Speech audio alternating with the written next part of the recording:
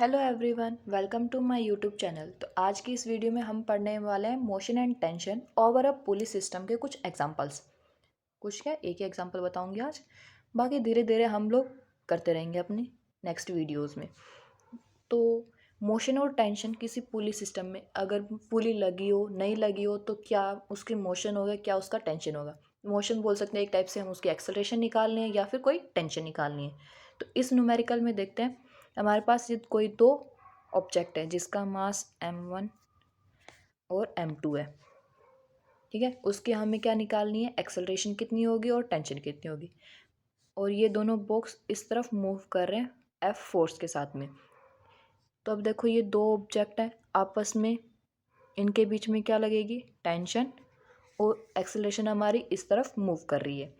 तो हमें पता है F is equal to M A, यानी force is equal to mass into acceleration होता है। M क्या है यहाँ पे, टोटल मास। टोटल मास कितना हो गया, यानी कि इन दोनों ऑब्जेक्ट का मास होगा, तो क्या होगा m1 प्लस m2। अब ये m की वैल्यू हम इसमें पुट कर देंगे, तो F is equal to m1 plus m2 into में a। हमें एक्सेलरेशन फाइंड करनी थी, तो एक्सेलरेशन निकाल सकते हैं। F ये इधर मल्टीप्लाई में, उधर जाके डिवाइड में, तो F upon m1 plus m2 is equal to a। ये हमारी क्या आ गई, एक्सेलरेशन आ गई। अब हमें सेकंड पार्ट निकालना था इसकी टेंशन। टेंशन कैसे निकालेंगे, मान लो मैं इसको हाफ कट कर देती हूँ क्योंकि इन दोनों के बीच में टेंशन लग रही है। ठीक है, तो टेंशन इसके क्या होगा, टेंशन एक टाइप से क्या है, फोर्स होती है। फोर्स क्या होती है, मास इंटू एक्सेलरेशन। तो इस ऑब्जेक्ट का मास कितना है, m1, एक्सेलरेशन क्या लग रही है, a ही लग रही है।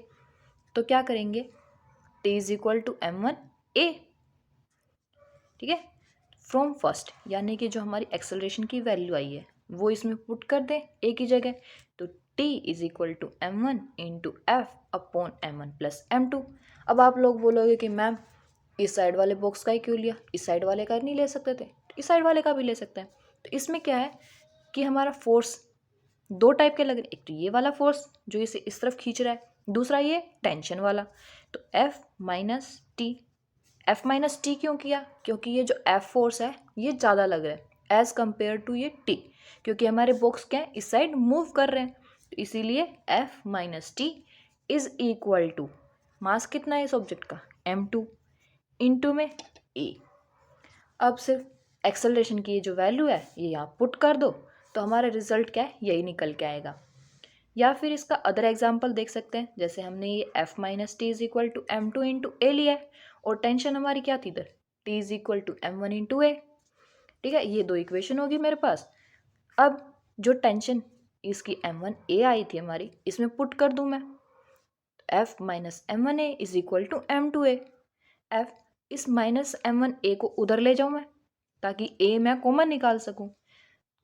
F is equal to m1 a plus m2 a।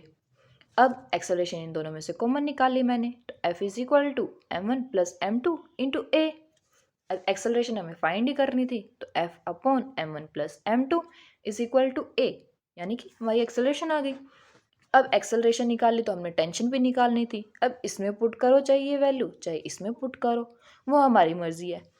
बस इसमें यह है कि हमें कैलकुलेशन नहीं करनी थी, थोड़ा सा इजी बन जाता, छोटा सा बन जाता, तो इसलिए मैंने इसमें पुट कर ली। आप चाहे तो इसमें पुट कर लेना।